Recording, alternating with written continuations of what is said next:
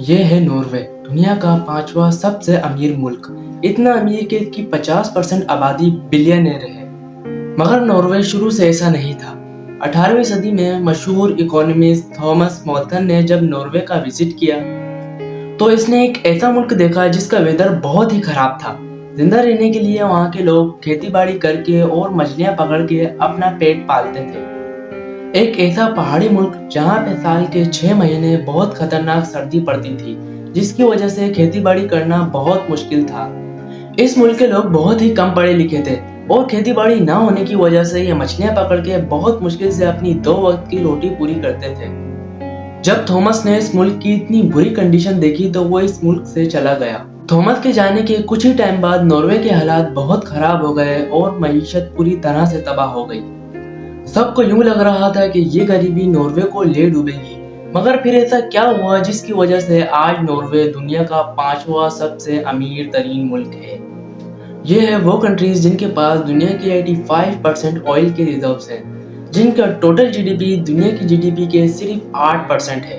Venezuela, Iran, Iraq, Saudi Arabia, Kuwait, UAE. मगर इनमें से कोई भी कंट्री दुनिया की 10 सबसे रिच कंट्रीज में से नहीं आती। और दूसरी तरफ नॉर्वे दुनिया का 13वां ऑयल प्रोड्यूस करने वाला कंट्री है, मगर वो क्वालिटी और अच्छी जिंदगी के हिसाब से दुनिया का 4था बेस्ट कंट्री है। तो फिर क्या वजह है कि मिडिल ईस्टर्न कंट्रीज इतना ऑयल प्रोड्यूस करने के बावजूद मयारी जिंदगी में नॉर्वे से इतना पीछे हैं?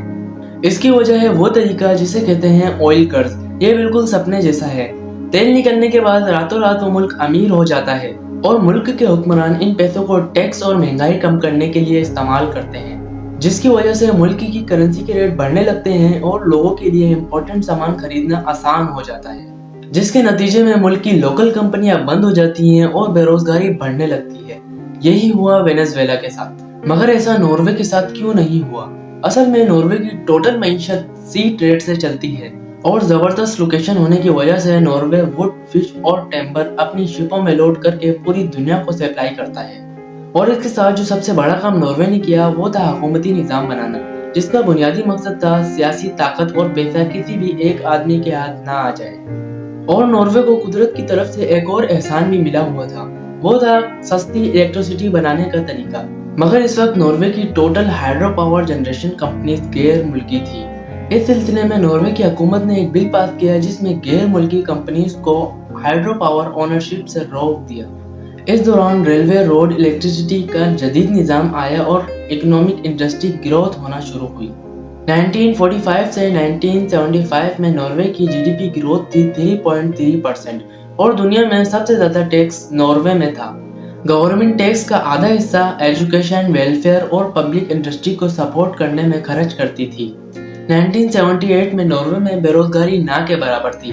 अब नॉर्वे भी यूरोप की बाकी कंट्रीज के बराबर हो गया था। 1916 के करीब नेदरलैंड में नेचुरल गैस के रिजर्व दरियाफ्त हुए। अब बाकी कंट्रीज को लग रहा था कि नॉर्दर्न सी के नीचे भी ऑयल रिजर्व्स होंगे। फिर 1965 में फिलिप पेट्रोलियम कंपनी ने नॉर्दर्न सी के नीचे ऑयल को ढूंढने के लिए ड्रिलिंग शुरू कर दी।